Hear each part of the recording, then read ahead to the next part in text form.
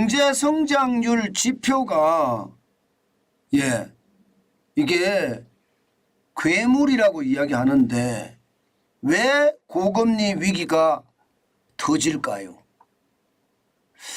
참 이것을 보면 지금 시장이 요상타 이렇게 말하는 게 맞는 것 같아요. 그 정도로 말입니다. 시장의 변화라는 게 어이구야 이거 도대체 뭐지? 이렇게 생각할 수밖에 없습니다. 자, 여러분 이거 한번 보세요. 10년물 국채금리입니다. 미국입니다. 4.857%입니다. 이게 조금 내렸습니다. 조금 내렸어요. 지난 10월 19일만 하더라도 4.990%였고요. 요즘도 장중에 가끔 5%를 넘었습니다. 이것은 2007년 7월 이후에 16년 만에 최고치라고 이야기할 정도로 10년물 국채금리가 엄청나게 올라갔다 내려갔다 합니다. 그런데 말입니다. 참 이상한 게 있지 않으세요? 아니 전쟁이 터졌잖아요. 지금 이스라엘과 하마스의 전쟁, 이 전쟁이 어떻게 확전이 될지 어느 누구도 모르는 상황이에요. 언제든 확전이 될 것 같아요. 확전이 되는 상황은 굉장히 빨리 올 것 같습니다. 그러면 안전자산이라고 이해하는 채권의 금리는 떨어져야 정상입니다. 떨어져야지. 채권에 대한 수요가 생기잖아요.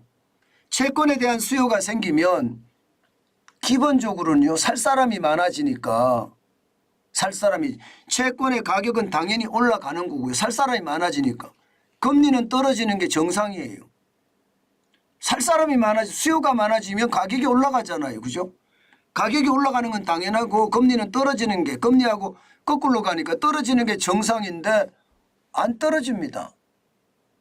실제로 말입니다. 금만 하더라도 올라가요. 안전자산이니까 지난 10월 5일에 트라이 온스당 1831.80달러였습니다. 그런데 지금 올라가는 걸 보면 굉장히 빠르게 올라가거든요. 뭐 조만간 트라이 온스당 2000달러 가는 것도 시간 문제다. 저는 그렇게 봅니다. 시간 문제다. 이게 진짜 이상하죠. 그죠? 진짜 이상하잖아요. 아니 안전자산, 전쟁의 위험이라면 안전자산이 더 많아야 되는데 그렇지 못하다는 게 이게 금값은 올라가는데 국채값은 떨어져야 정상인데 올라가고 있어요. 물론 여기에는 제가 여러분에게 설명을 드렸습니다. 정부가 채권을 많이 찍어내고 또 일본도 중국도 미국 채권을 많이 팔고 우리나라도 유럽도 미국 채권을 많이 팔아요. 심지어 연방준비제도 미국의 중앙은행도 채권을 팝니다. 채권을 팔아서 통화량을 흡수하고 있습니다. 그러니까 채권이 시장에 넘치는 거죠. 채권이 시장에 넘쳐요. 수요는 그대로인데 채권이 넘친다? 아니죠. 전쟁이 일어났으니까 수요가 클 거예요. 분명히. 수요는 큰데 나오는 물량은 더 많은 거예요. 그러니까 이게 결국은요. 채권의 금리가 올라가는 거죠. 나오는 물량은 더 많은 거예요. 결국 이것이 말입니다.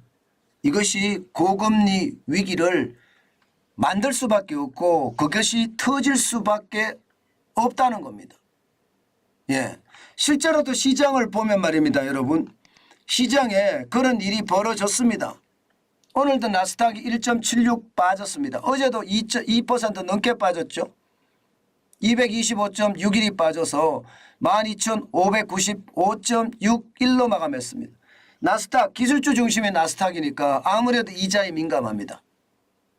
이자에 민감하다 보니까 많이 떨어진 거예요. 대형주 중심의 S&P 500은 1.18% 덜 떨어졌죠.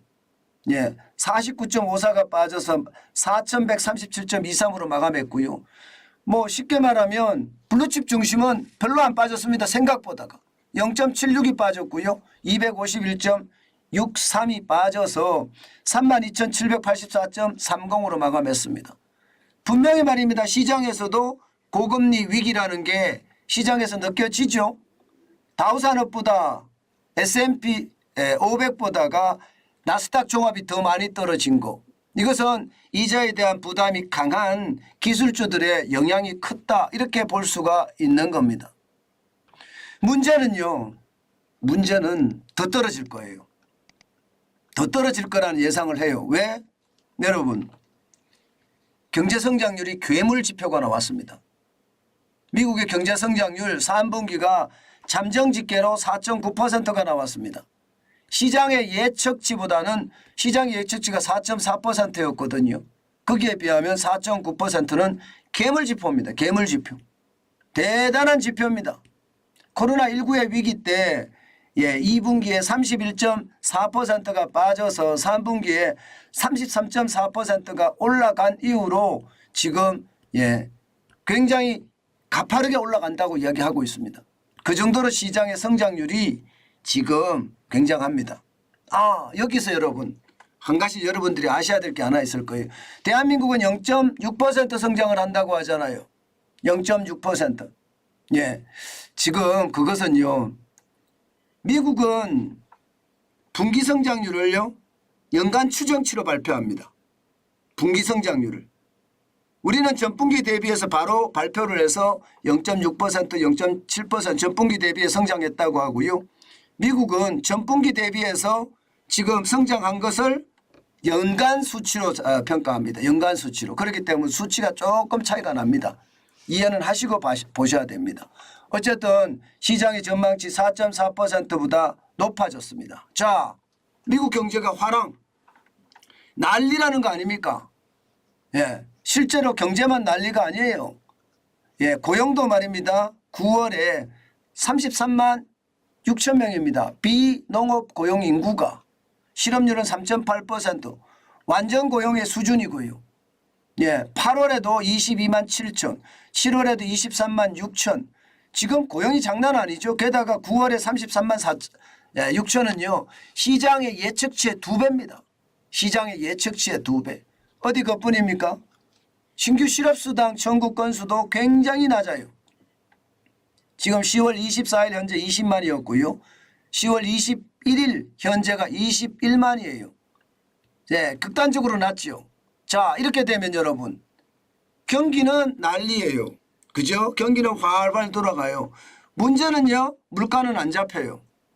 그러면 미국의 중앙은행이 선택할 수 있는 카드는 뭘까요? 미국이 중앙은행이 선택할 수 있는 카드는 기준금리를 올릴 수밖에 없습니다. 기준금리를 올릴 수밖에 없어요. 기준금리를 올리면요. 안 그래도 이자에 대한 부담이 된다고 하는데 이게 부담이 될 수밖에 없습니다. 이제는. 고금리 폭탄이라는 게 시장에 영향을 미칠 수밖에 없습니다. 그 정도로 시장의 분위기가 완전히 말입니다. 싸하다 못해요. 제가 봐서는 이러다가 저 고금리 폭탄에 맞아서 그냥 골로 가는 것 아니냐 이런 이야기가 나올 정도거든요. 이게 물가라도 말입니다. 잡혔다. 물가라도 잡혔다 이러면 걱정을 안 할 겁니다. 그런데 미국 소비자 물가를 보시면 이게 잡혔다고 이야기할 수가 없어요. 지금 보시다시피 3.7%잖아요. 3.7%. 8월에도 3.7%. 그럼 결국 말입니다. 금리를 올릴 수밖에 없는 게 현실이에요. 지금 현재는 미국에 금리를 올렸는데도 부동산 시장은 난리가 났다고 해요. 그러나 저는요 그렇게 믿지 않습니다. 지금 현재는 당연히 그렇다고 보는데요. 장기로 보자고요. 현금 있는 사람은 좋겠지만 현금이 없는 사람들은 결국 이 금리에 이자 앞에 장사 없다는 말이 실현될 거라고 저는 봅니다. 지금 30년 주택담보대출 금리가 7.9%까지 올랐거든요. 고금리 위기 터지지 않겠어요? 시장에서는 지금 신규 주택 판매가 굉장히 많이 늘어나고 좋아진다고 하지만 시장은 그렇게 믿지 않는 겁니다. 고금리 위기에 대한 공포가 시장 전체에 쫙 깔렸다는 뜻이에요. 쫙 깔렸다는 뜻이에요. 그만큼 말입니다. 심각하다. 이렇게 저는 시장을 보고 있습니다. 그만큼 말입니다. 시장의 어떤 변동성은 그 어느 때보다 크다. 미국 경제가 활활 타올라서 경제가 참 좋다 이렇게 이야기는 하지만 시장 전체적으로는 금리를 또 올릴 수 있는 그런 공포감이 시장 전체는 서려 있다. 여기에다가 이스라엘과 하마스의 전쟁이 전면전 위기로 치닫고 있고요. 이 전면전이 더 최악의 상태로 가지 않겠느냐 하는 게 시장의 예측이고요. 그 예측대로 갈 때는요. 결국은요. 시장 전체적으로는요. 변동성이 굉장히 높을 거다 그렇게 예상합니다. 아마 여러분 우리 시장도 저는 마찬가지일 거라고 보거든요. 우리 시장도 반드시 말입니다. 변동성이 높을 거예요. 어제도 변동성이 굉장히 높았죠. 어제는 주로 떨어졌습니다. 오늘은 기술적 반등이 일어날 수도 있지만 특별한 이변이 없는 한 미국 시장을 따라갈 겁니다. 그렇게 생각을 하며 오늘 시장도 변동성이 굉장히 높을 겁니다. 이럴 때 시장은요. 여러분 진짜 조심하셔야 돼요. 제가 여러 번에 걸쳐서 말씀을 드립니다. 그러니까 시장은 조심하시고 저는요. 뭐 크게는 아니지만 삼성전자 한 주 정도는 사지 않을까 싶기는 해요. 한 주요. 전 저축하는 사람이기 때문에 계속 사야 되는 사람이라서 한 주를 살까 싶긴 하지만요. 투자는요. 좀 더 기다리시는 게 좋을 것 같습니다. 지금은 다른 걸 할 것이 아니라 현금을 쌓아가는 것 굉장히 중요하다고 저는 생각합니다. 많은 정환진 TV의 구독자분들이 현금을 저는 많이 쌓아놨기를 빌고요. 지금 그 어느 때보다 현금을 쌓자 자꾸 말씀을 드릴게요. 제가 2020년 3월 달에 유튜브를 처음 시작했어요. 실제 시작한 것은요. 유튜브가 2019년 12월 25일인데요. 뉴스 속보 브리핑을 시작한 게 2020년 3월 5일입니다.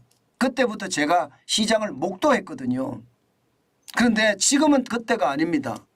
지금은요. 그때가 아니라 분노의 매수 시점이 아니라 지금은 지켜볼 시기고 지금은 그 어느 때보다 현금을 쌓아놓는 시기다. 그 말씀을 아주 강력하게 말씀을 드립니다.